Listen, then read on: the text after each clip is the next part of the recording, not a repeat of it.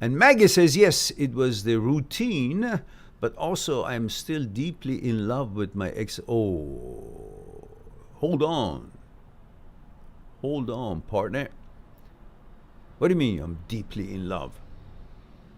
Why would you find yourself obligated to be in love with someone who has broken up with you? No one who breaks up with you is entitled or deserving your attention, let alone being in love. Why? Why? For what reason? You can only be in love with someone or pay attention to someone who is in love with you or pays attention to you. Otherwise, they don't qualify. Unless you have no respect for yourself. Don't tell me you're a doormat, because I don't think you are. I mean, nobody should be. Deeply in love? Why?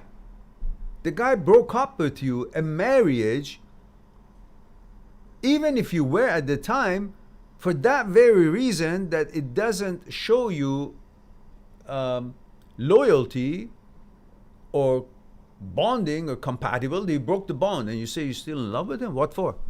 Don't you have respect for yourself? It's time for you to grow out of this, right?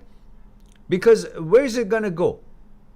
You're gonna suffer allowing your mind constantly thinking this way, which through continuous thinking this way, you're rewiring your brain, creating new synaptic neurons to become really good at this way of thinking. Just like you want to be good at playing piano, you keep playing piano. And the synaptic neurons in making you a great pianist will be created because of the practice.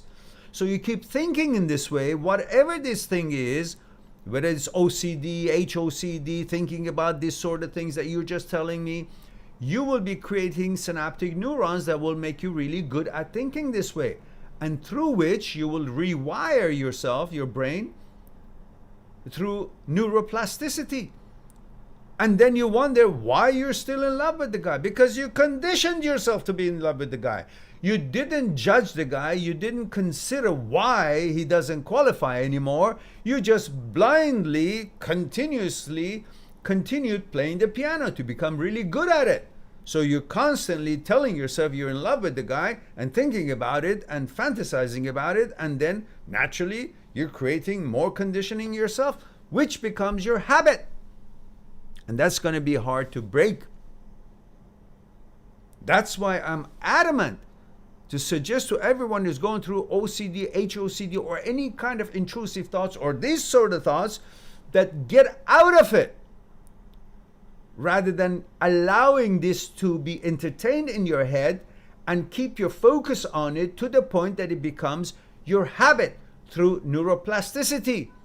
You gotta break that and start focusing on things that are enjoyable to you, you prefer, and you get reciprocation of proper attention. If in your case, and if it's not, then you will not. You gotta have judgment for it. And in other cases, when it's OCD, HOCD, and all that, you gotta focus. These are thoughts, these are bullshit, nonsense, and do not entertain it.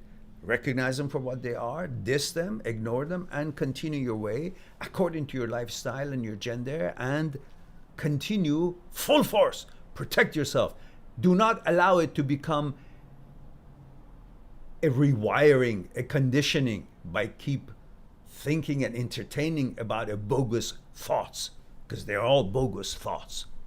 So you gotta get a hold of that and alter that. Design